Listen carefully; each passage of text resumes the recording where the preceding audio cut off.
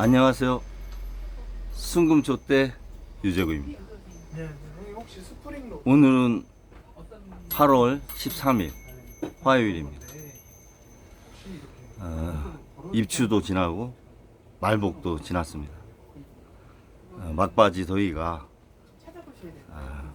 기승을 부리고 있습니다. 달라가지고요. 그 스프링 롯들을 쓰면 열흘 있으면 처서가 되는데요. 두 겹으로 되는 건데 건강관리 멀어지진 않거든요. 잘 하시기 바랍니다. 8월 25일 날 두 겹으로 된 애들이 다 네. 되어 있는데 한미 정상회담이 개처럼 예정돼 있다고 발표가 있었습니다. 그런데 그 저희는 없어요. 방문의 명칭이 일단 알고 있습니다. 실무 회담으로 그렇게 나와 있습니다. 국빈 방문도 아니고 공식 방문도 아니고 환영식이 없는 실무 회담. 글쎄요. 새 정부 들어서 한 82일 만에 한미 정상이 만나는데 외교적으로 조금 속상한 부분은 있죠. 한국이 미국한테 그렇게 섭섭하게 한 것이 있나 이런 생각이 좀 듭니다. 트럼프 대통령이 철저한 그 손익 중심의 대화를 하다 보니까 그런 상황도 있지 않나 이런 생각이 들고요. 그래도 우방 국가 중에 하나인데 외교적인 국격에 맞는 그런 모양새는 취어 주었어야 된다. 국민의 한 사람으로 그런 생각이 듭니다. 거시적인 면에서의 관세 협상은 일정 부분 7월 31일 날 됐지만 세부적인 사항과 국방 안보 관련해서 논의가 있을 것으로 예상이 됩니다. 아직도 많은 것을 요구하는 것 같아요. 보도에 의하면 지금 한국 국방비가 GDP의 2.6%인데 3.8%까지 올리고 주한미군 주둔비를 지금 10억 달러 한 13조 되는데 13조 4조 10배 100억 달러 요구하고 중국에 대한 전략적인 견제의 체제를 공식적으로 발표해 주기를 바라는 것 같아요. 이 세 가지 정도. 그리고 뭐 식량이나 농산물 관계는 구체적으로 한국 정부는 없다고 얘기하는데 그 부분도 이번에 한미 정상회담에서 결정이 나겠죠.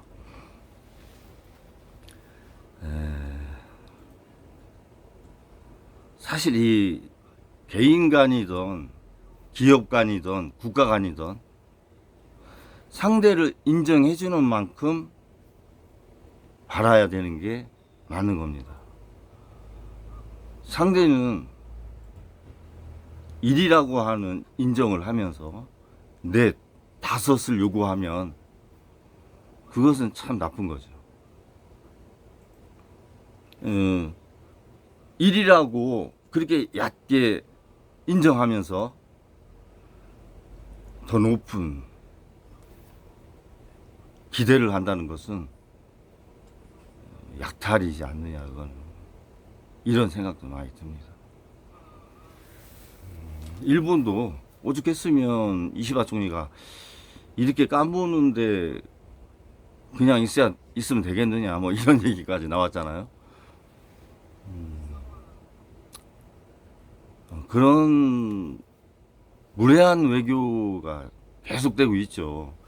그러면 이게 오해가 있는 거냐, 아니면 미국이 한국에 대해서 요구하는 거에 뭐 실행하지 않는 부분이 있는 거냐, 그 부분에 대해서는 정부 발표가 없어요, 현재. 저는 세 가지 정도 보아집니다. 첫 번째가 세관 마약 밀반입 의혹. 그 부분에 대해서 한국 정부가 아주 철저한 수사나 어떤 규명의 과정을 가고 있지 않죠. 미국 마약 단속국 입장에서는 주시하고 있는 상황이다, 트럼프 내갖고. 그 부분 하나 하고, 이재명 대통령이 후보 시절이나 야당 생활을 할 때 중국에 대한 발언,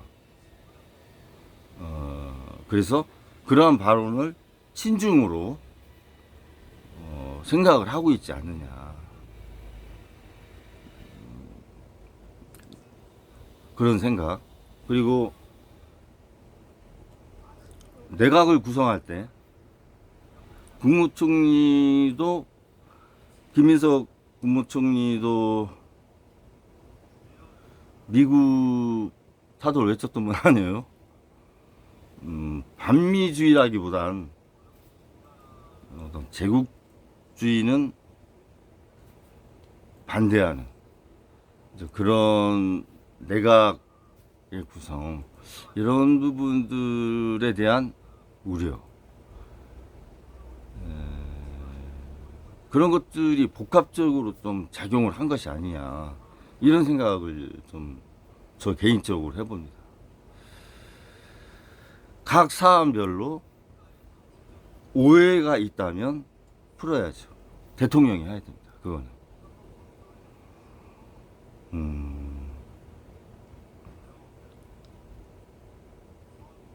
이 오해가 있는 부분을 지속적으로 안고 갈 수는 없어요. 그러면 한미 동맹은 그동안 해왔던 서로 상호 호혜적인 동맹으로 가기가 쉽지 않다, 그런 우려가 드는 거죠.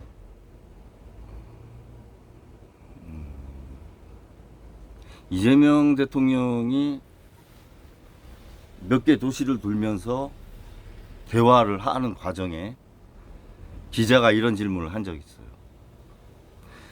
관세 협상에 대해서 어느 정도 이렇게 협의가 좀 진척이 된 게 있느냐라는 질문에, 글쎄 서로가 원하는 것이 무엇인지 잘 모르겠다, 그 얘기를 제가 들었을 때, 야, 이거는 참 갈 길이 멀다, 그런 생각이 들더라고요. 우려도 되고.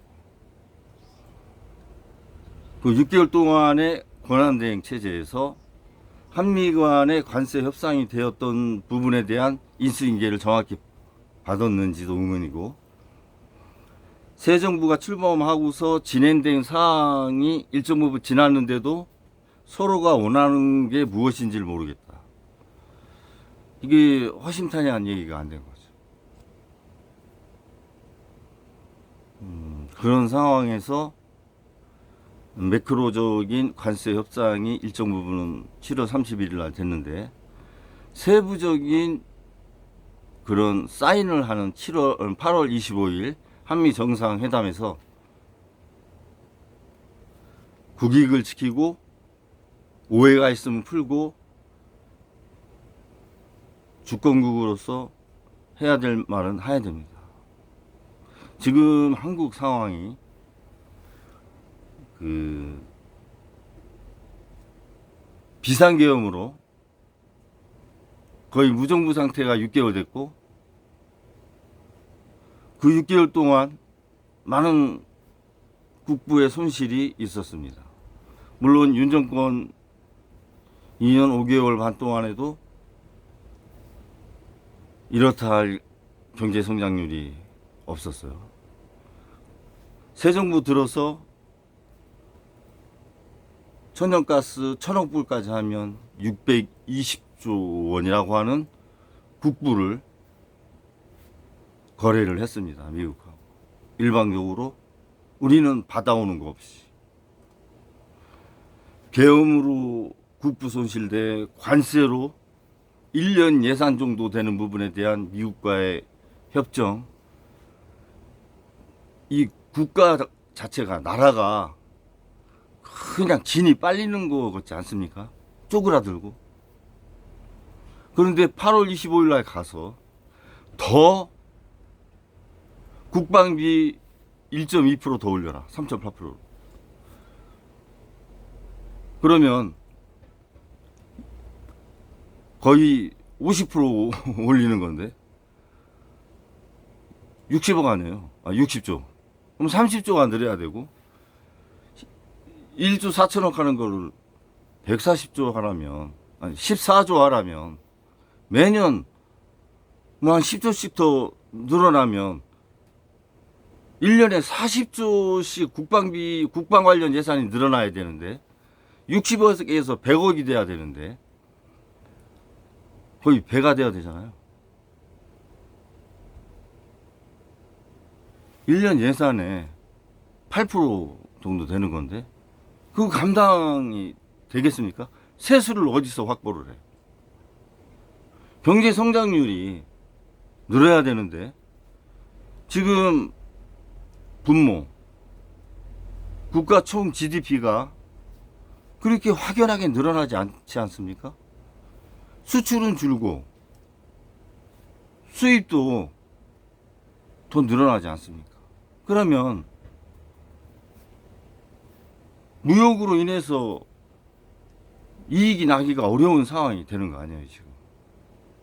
거기다가 지금 석유화학 계속 뭐 여수 산단 거의 괴멸 수준까지 갔지 않습니까? 그 여수 NCC, 롯데케미칼, 전반적인 석유화학 시장 자체가 지금 어려운 상황이거든요. 철강도 마찬가지. 제조업을 뒷받침하고 있는 산업들이 중국과 중동의 캐파가 늘어나면서 그렇다고 가격을 덤핑 쳐서 팔 수는 없는 거 아니에요. 여러 가지로 어려운 상황에서 1년 예산을 투자를 해야 되는 상황이고 1년 예산에 8%의 국방비를 증액을 하게 되면 과연 제조업과 가게, 내수시장 온전할까요? 남아있는 그나마 약간의 저수지에 있는 웅덩이의 물까지 마지막 한 바가지까지 퍼가겠다는 거 아닙니까, 미국이?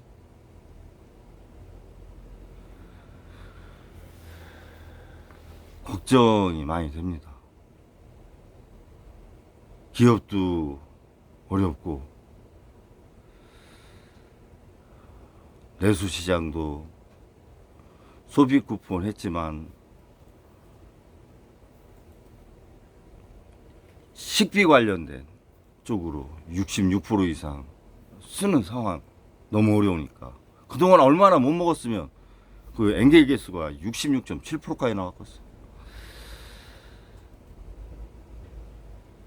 저희 같은 이런 문구점은 거의 오진 않습니다. 효과가 없어요. 가게는 더 어려워지고 있고 내수시장, 지방정부도 상당히 어렵습니다.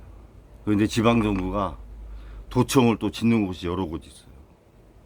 보통 2천억, 3천억 하지 않습니까? 지려면. 일반 지자체, 군 단위도 이전하려고 예산을 500억, 600억 들여서 새 청사를 짓고 있는 것도 많을 겁니다. 이렇게 어려운 시절에 그런 것들까지 맞물려 가지고 참 고약한 상황이 됐어요. 그럼 세수가 늘어나야 되는데 분모인 세수가 늘어나야 되는 거 아닙니까? 국가 입장에서. 분자. 이번에 대주주 한도 가지고 또 갑론을박이 있었고, 증권거래세, 양도세, 뭐 이런 증세 관련해서 상당히 민감하게 또 시장에서 얘기가 나오고 있지 않습니까? 기업하고 노란봉투법이라든가 여러 가지. 사실 증권거래세 인상분, 대주주 50억에서 종목당 10억 상한, 주식 양도세 뭐 35%, 3억 이상일 때, 그리고 노란봉투법, 이 하나하나가 다 꼭지로 할 수 있는 사안인데요. 추후에 하나하나 좀 같이 생각해 보는 시간을 마련을 하고요. 저는 아쉬운 게, 정책을 실시하려면 일단 각계각층의 첫째 당사자들의 회의가 한 번 있어야죠. 그리고 이해관계자 집단과 회의를 해서, 노란봉투법을 가지고 예를 들면 그렇습니다. 노총과 사업자, 경총이라든가 만나서 협의를 해야죠. 우리나라 건설업이 벤더가 내국까지 내려가잖아요. 원청이 있어요. 현대건설이 땄어. 2천억짜리. 하도급을 해요. 일벤더한테. 중요한 건설사한테. 그러면은 10% 빼지 않겠습니까? 1,800억. 그럼 또 하청을 해. 1,600억. 또 하청해. 1,400억. 또 하청해. 1,200억. 2천억짜리가 1,200억이 일을 하면 철근 20개 들어갈 거 12개 들어가는 거밖에 안 되는 거지. 그러니까 하자가 생기는 거야. 안전이 문제가 되고 산재가 일어나는 원인도 되고. 우리 이런 문구점 유통질서가 건전해야 돼요. 제가 공장에 가서 바로 물건은 띄울 수 없어요. 왜? 제조업은 많이 뛰어가는 곳에 단가를 낮춰줄 수 있잖아요. 저같이 이런 30평 되는 곳에서 그렇게 많이 뛸 수는 없죠. 그러면 뭐 총빵급 정도 되는 데서 단가가 제일 저렴하게 대량 구매를 하고 있죠. 그러면 거기는 또 대리점을 줍니다. 저는 그 대리점에서 받는 거예요. 아니면 총판에서 받는 것도 많고. 이제는 대리점도 못 먹고 살아. 이제는 그런 대리점이 없어졌어요. 총판이 직접 저희들한테 와. 그 정도로 유통이 다 건전하게 됐어요. 생산자, 그거를 총괄하는 판매자, 마지막 최종 판매자. 이게 딱 간단하게 유통이 시스템이 되어 있습니다. 건설업도 그래야 된다는 거죠. 그러지 않으면 산재나 노란봉투법을 적용하기 어려울 수 있어요. 왜냐하면 4벤더, 4차 외주업체, 협력업체가 일하다가 산재 사고가 났어요. 사망사고. 원청하고 협의를 한다? 그럼 원청이 밑에 있는 1차, 2차, 3차, 4차 협력업체를 다 노조를 상대해야 된다. 그것은 현실적으로도 쉽지 않고 여러 가지 경비나 시간상 어려울 수 있어요. 제가 기업 측의 입장을 대변하는 게 아니고 건설업의 하도급 시스템을 건전하게 해야 된다. 그러면서 노란봉투법이 시행이 돼야지. 지금의 같은 벤더가 3, 4차까지 내려가는 상황에서 그 벤더의 노조까지 책임을 다 지는 원청. 그럼 원청 회사 운영하기 어렵죠. 제가 사업자라면 쉽지 않을 것 같아요. 그 노조를 다 협상하고 대화를 한다면 국가에서 불법 하도급 이 부분에 대한 공정거래위원회에서 법이나 제도가 바뀌어야 돼요.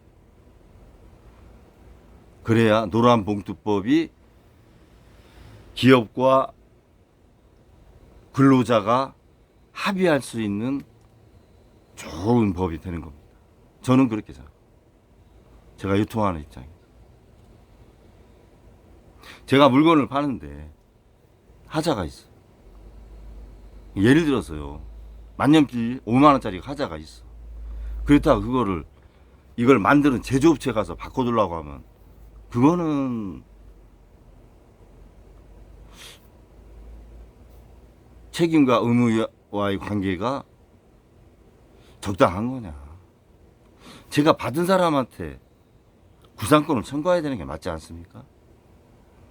그런 면에서 말씀드리는 겁니다.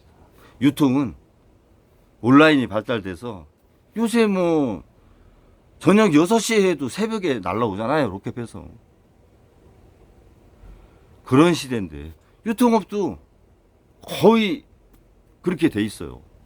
총판 딱 거치고 제가 받습니다. 총판에서. 그래야 가격 경쟁력도 있어요. 건설업도 그렇게 돼야 된다. 그런 말씀 드리는 겁니다. 저는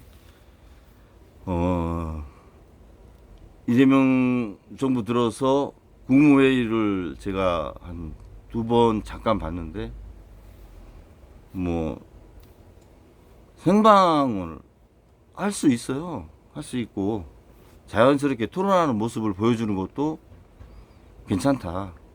중요한 사안에 대해서는 또 뭐 1, 2급 국가정보에 대해서는 거론을 또 할 수는 없는 거죠.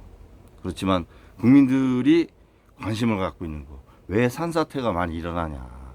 벌목댐이 일어나냐. 화력수나 침엽수 둘 중에 뭐 하나를 잘못 씹어서 그린 거냐. 임도를 안 만들어서 그린 거냐. 여러 가지 이유가 있지 않겠습니까? 그런 거에 대해서 서로 논의하고 제도적으로 보완이 돼 있는지 뭐 여러 가지 대책 협의하는 건 좋아요. 그런데 결국 제가 이렇게 임시회의 하면서 느끼는 게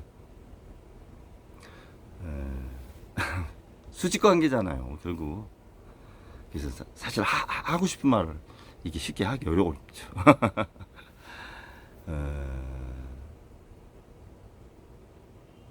이재명 대통령이 하는 정책과 철학 거기에 맞춰서 각 부서별 로드맵이 짜여지겠죠. 그래서 정권 잡고 정치하려고 하는 거 아닙니까?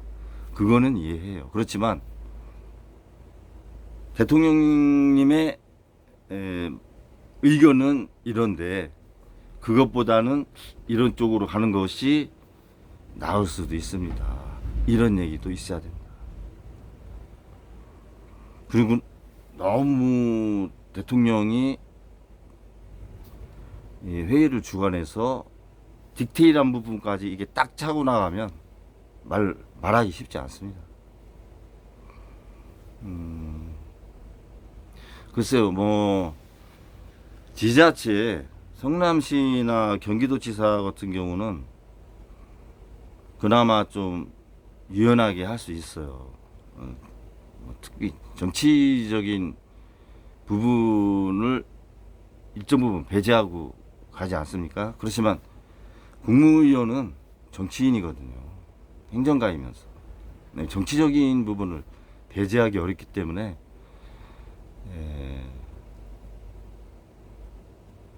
자기가 이렇게 정말 아닌 것을 아니라고 말하기 쉽지 않다. 그런 거에 한계도 있는 겁니다. 그래서 한 사안에 대해서 그 부서가 주간 부서가 일정 부분 주도권을 갖고 토론을 해나가는 부분이 좋지 않느냐. 이재명 대통령이 그 17개 부를 그 밑에 산하기관에 청하고 공공기관이 얼마나 많습니까? 그 경기지사 했다고 해서 다 할 수는 없어요. 그렇게 하면 사각지대가 오히려 더 많이 생기는 거예요. 행정과 국정은 구분이 돼야 된다. 이런 말씀 제가 드립니다. 그리고 통치하려고 하지 말고 국정을 운영을 하셔야 된다. 지난 정권 때 돌이켜보면 수직적으로 통치하려고 많이 했지 않습니까? 대통령들이. 국정을 운영한 게 아니에요. 국정은 국민의 삶을 보살피는 거예요. 통치는 수직적으로 자기가 권한을 갖고 지휘 감독을 하는 겁니다. 저는 보살피는 국정, 그리고 행정은 각 부서 장관들한테 분권화 하셔라. 본인이 행정까지 하려고 하면 안 돼요. 대통령이. 그런 말씀 드리고, 본인은, 대통령은 외교, 안보, 국방, 국민의 생명과 안전, 그리고 국민의 민생, 크게 테두리를 좀 보셔야 돼요. 그래서 25일에 가서 최대의 국익을 얻는 선에서 협상을 하고, 우리도 받아올 걸 받아와야 돼요. 당당하게 외교를 하시고, 오해가 있으면 그건 오해다라고 풀고, 국민들한테 있는 그대로 또 진솔하게 전달하셔야 돼요.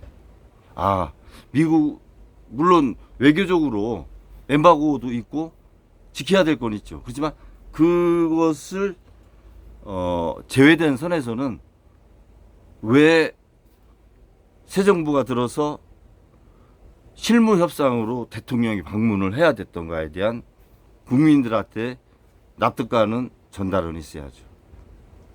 외교부가 국빈은 어려워도 공식 초청은 가능했을 거라고 보거든요. 근데 대통령이 처음 방문하는데 실무회담으로 간다? 그러면 총리가 가지 뭐하러 그 대통령이 갑니까?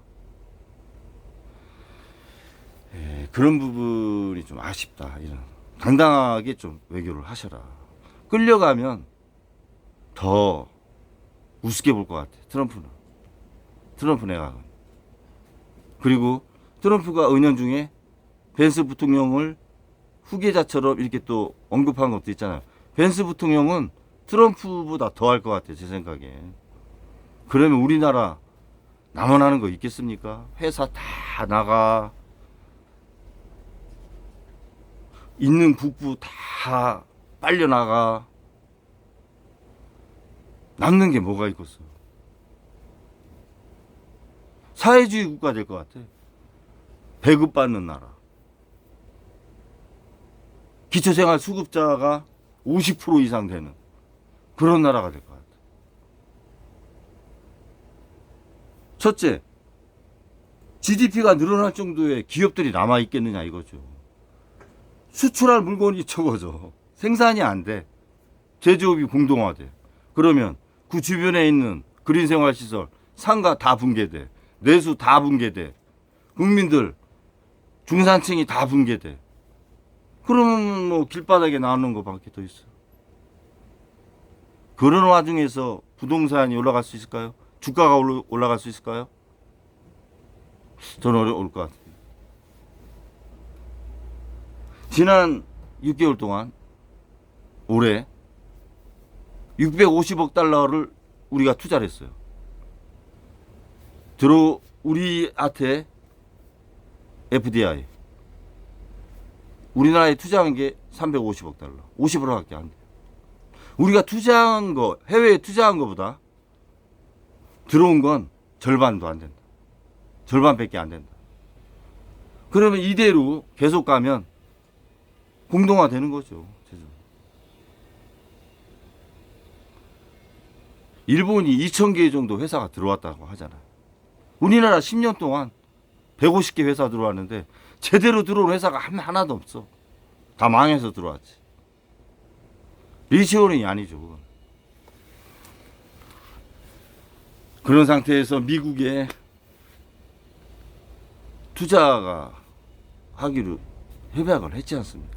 이게 뭐 조선업도 그렇고 다 나가야 되는 상황이니 철강, 석유화학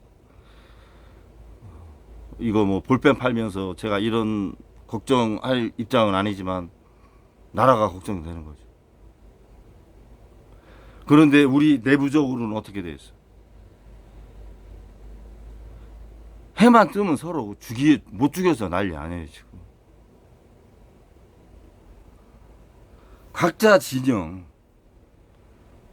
우측이든 좌측이든 보수든 진보든 자기 측의 진영에 이념을 발전시켜서 국민들한테 선택받으려고 하는 노력보다는 상대에 대한 지속적인 악마와 네거티브 문제제기 이거밖에 더해요. 우리 한국에 딥스테이크가 있어요. 경제 쪽에도 물론 있습니다. 큰 사채업자들일 수도 있고 대주주도 그럴 수 있고 대형 유튜버 있죠. 뭐 진보진영의 뉴스공장, 매블쇼 이런 데가 딥스테이트거든요. 비제도권 하에서 영향력을 행사하는 정권을 창출하고 당대표에 영향을 주지 않습니까? 저는 그건 잘못됐다고 보는 거예요. 국회의원들이 거기 못 가서 인사 못해서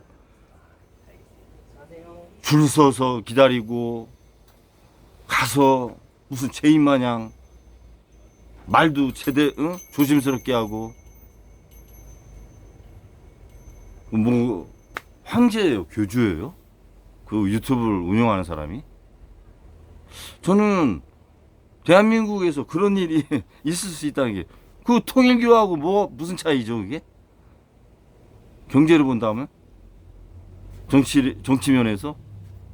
국회의원들이 왜 거기 자주 나가? 그리고 당대표나 왜 당 지도부가 왜 자주 나가서 고하듯이 그런 방송을 합니까? 저는 좀 이해가 안 간다. 물론 보수 쪽도 마찬가지. 보수 유튜버가 건전했으면 계엄이 있었겠느냐. 이런 아쉬움도 있는 거죠. 윤 정권이 3년이라는 그런 기간이 과연 있었느냐. 좋은 이념을 제시하고 문제를 제시해서 왜 이건 이렇게 하냐. 그런 것들을 제시하고 대안을 제시했으면 나라가 이렇게 함부로 당하기만 하는 나라는 아니었을 것이다. 제재받고 규제받고 상납하고 관세 두드려 맞고 이거 뭐 몇 방을 두드려 맞는 거예요. 그리고 세부사항 가가지고 또 5번째 국방비 관련해서 이게 지금 몇 차례를 두드려 맞는 거예요. 줄래야 더 줄 게 없어 이제. 그러면 내년에 예산을 담보로 준다? 뭐 카드 돌려 막는 것도 아니고. 미국한테 그렇게 잘못했습니까?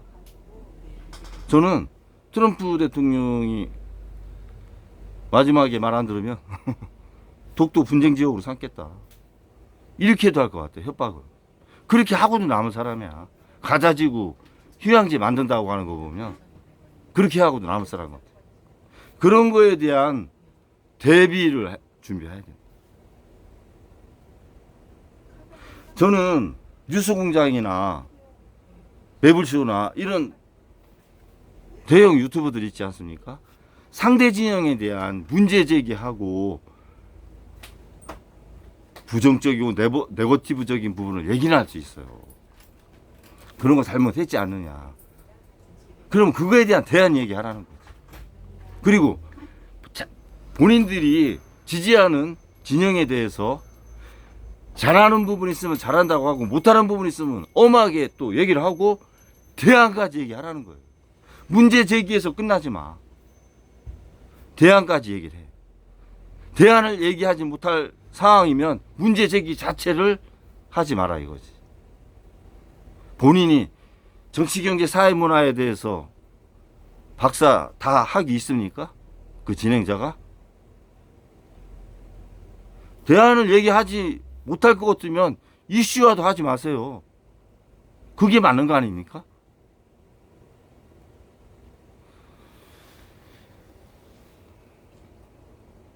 유튜브가 저는 건전하게 국민들의 삶이 나아지는 역할을 해줬으면 좋겠다. 그런 생각 많이 합니다. 제가 1년 이제 됐는데요. 구독자가 거의 안 늘어요, 저는. 없지 뭐. 그래도 제가 구독자를 늘리기 위해서, 조회수를 늘리기 위해서 어느 한 진영에 서서 극단적인 상황으로 유튜브를 진행한다? 그거는 제가 아닌 다른 사람의 내가 돼서 유튜브를 진행하는 거가 되겠죠. 그 무슨 의미가 있어? 그러면 그 다음번 방송할 때 더 그거보다 극단적이고 상대를 더 악마화해야 구독하고 조회수가 오를 거 아니에요. 그거를 어떻게 해요? 그거는 저는 그렇게 하는 것도 대단한 능력이라고 보는데 안 돼. 그게 될 수가 없어요. 사람이 이게 정신이 문제가 생길 것 같아요. 저는 이렇게 민족과 결애라고 하는 김구 선생님이 민족의 어르신이라고 하는 마음으로 이렇게 가면서도 너무너무 힘든데 이렇게 정말 진영을 딱 선택해서 이렇게 가시는 분들 보면 멘탈 대단하다 그런 생각 들어요. 저는 못하겠어. 안 되더라고.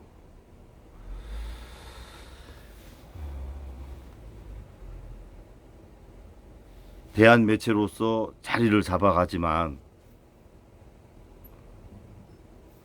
역할에 순기능에 충실해라. 그런 말씀 드리고 싶습니다. 충원하는 유튜브, 간언하는 유튜브가 되지 마라. 그런 매체로 자리 잡길 또 바라고, 국민주권정부, 국민이 주권이라고 하셨으니까 그 주권을 대표해서 외국과 협상하고 회담할 때 당당하게 하시고,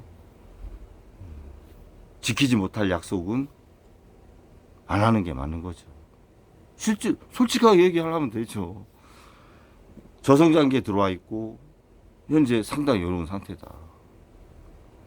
그런 상태에서 제조업이 계속 공동화가 되는데, 그러다 보면 중국과의 제조업의 견제 기능도 완전히 사라지게 되고 한국 자체가 미국한테 제조업으로서 할 수 있는 역할이 없어질 수도 있다. 그런 솔직한 얘기를 하는 거죠. 그리고 외환보유고가 4천억 달러인데 지금 미국에 이렇게 하려고 하는 것이 $4,500 아니냐. 천연가스 포함해서 천억 달러. 그러면 한 국가로서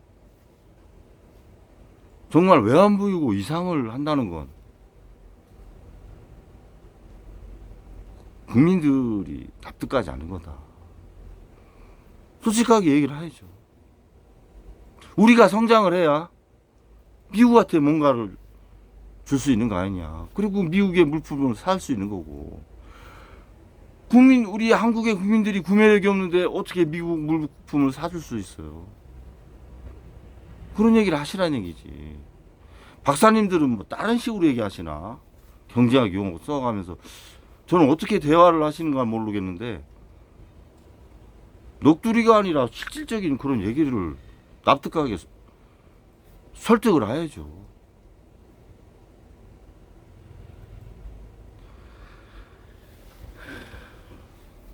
오랜만에 방송하면서 뭐 이렇게 안 좋은 얘기를 하게 돼서 저도 좀 마음이 무거운데요.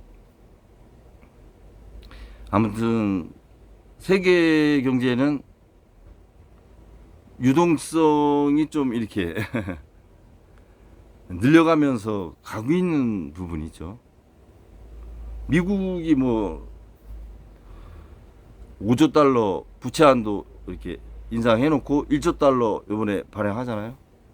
그 1조 달러 발행해야 그 RRP 그 단기채 시장에 또 썼다 놓은 거 갚아야 되고 그 재무부에 있는 썼던 거 5천억 달러 또 메워야 되고 또 이것저것 단기채 또 돌아오는 거 맞고 하면 남는 건 없어요 사실. 거기다가 추가적으로 이제 발행하는 거는 뭐 서클이라든가 이런 스테이블 코인들이 조금씩 채권을 사겠죠. 독일도 헌법을 바꿔서 GDP의 0.3% 이상 부채가 늘어나도 괜찮은 거로 이제 바꿔서 재정을 좀 숨을 튀어놨죠. 주가가 뭐 그나마 괜찮더라고요. 일본은 언제든지 뭐 이렇게 변동성 있는 거고, 중국은 디플레가 지속되기 때문에 금리 내리면서 양적 완화 기조를 유지하고 그런 상황 아닙니까? 이런 양적 완화가 과연 성장을 유지하고 자본시장에 활력을 줄 수 있느냐. 물음표죠. 경제 전문가분들 이렇게 얘기 들어보면 아주 좋게 유동성이 확보화돼서 골디락스의 상황으로 보시는 분이 있어요. 골디락스가 그 성장률도 올라가면서 물가는 이렇게 안정된 그걸 의미하잖아요. 그러니까 물이 뜨겁지도 않고 차갑지도 않고 적당한 그런 상황을 얘기하는데 결국 달러, 채권, 주식, 크립토, 암호화폐 시장 이 4개 시장이 강세를 띠는 최적의 상태가 될 것이다. 그래서 유동성으로 미국 주식시장이 더 가지 않겠느냐 이제 이렇게 보시는 분 있고 안 좋게 보시는 분들은 너무 많이 왔다. 이 고위험 지표가 그 2008년도 금융위기의 2배보다 높다. 고위험도가. 자산시장의 고위험도가. 그래서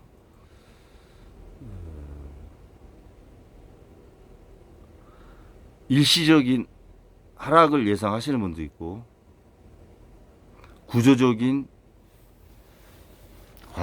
과정으로 자본시장이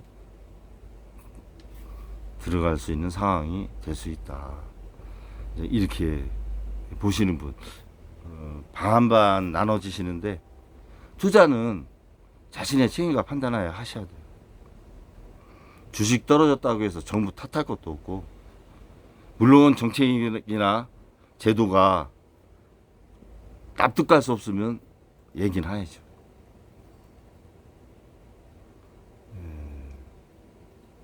그렇다고 지속적으로 정부가 관여해서 주식을 올리는 건 이건 말이 안 되는 거 아닙니까? 정부는 물 안 나올 때 그냥 물 한 바가지 넣어서 이렇게 물이 지속적으로 나오게 할 수 있는 마중물이지, 정부가 어떻게 주식시장을 지속적으로 끌어갈 수 있어요?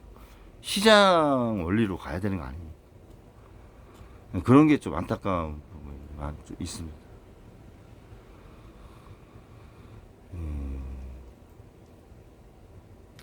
보수적으로 가는 게 맞지 않냐라는 생각을 누차 저는 합니다. 왜냐하면 제가 현실에서 이런 내수시장, 자영시장을 느끼면서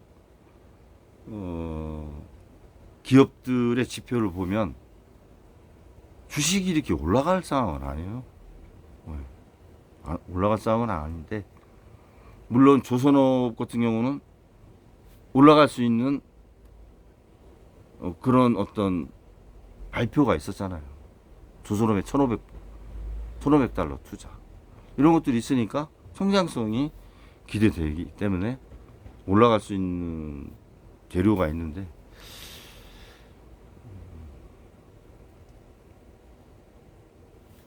4천, 5천을 향해서 쭉 가기 위해서는 수익이 나야 가는 겁니다. 그러지 않고는 어려운 거예요. 그런 말씀 드리고, 수급을 잘 보셔야 된다. 외국인들이 돈이 들어오나 빠져나가나. 수급은 재료에 우선하는 겁니다. 사는 사람이 많을 때 올라갈 수 있는 거예요. 사는 사람이 없는데 올라갈 수 없잖아요. 재료에 우선해요, 수급이. 그런 거 생각을 하시고, 국가 정책은 더 중요하죠. 어떤 면에서.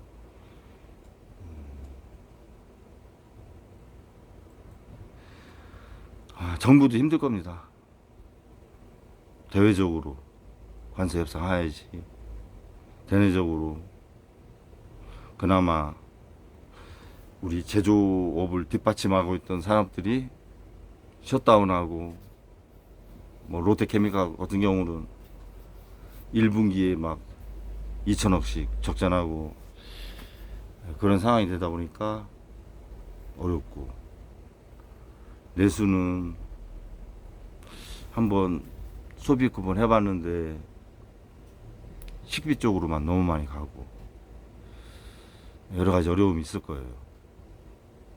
그런데 첫 단추를 잘 끼야 됩니다. 저는 새 정부한테 그 말씀 꼭 드리고 싶더라고. 첫 단추 잘못 끼면 아시잖아요. 어떻게 되나. 왜? 아니야? 그런데 인사 문제에서 첫 단추를 좀 잘못 낀 부분이 두세 곳 있지 않느냐. 이번 사면에서도 그렇고, 현재 내각을 구성하고 있는 인사 중에 납득하지 않는 부분도 있다.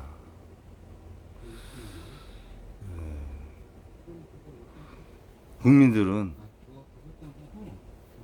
정치권이나 정부가 막 빠르게 가길 원하는 게 아니에요. 바르게 가길 원하는 겁니다.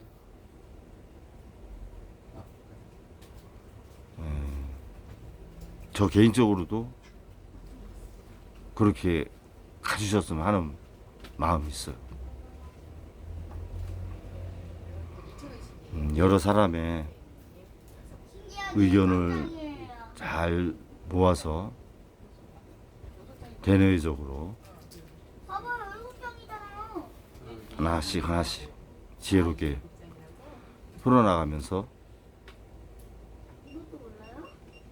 나아지는 우리 대한민국이길 바라면서 방송을 마치겠습니다. 감사합니다.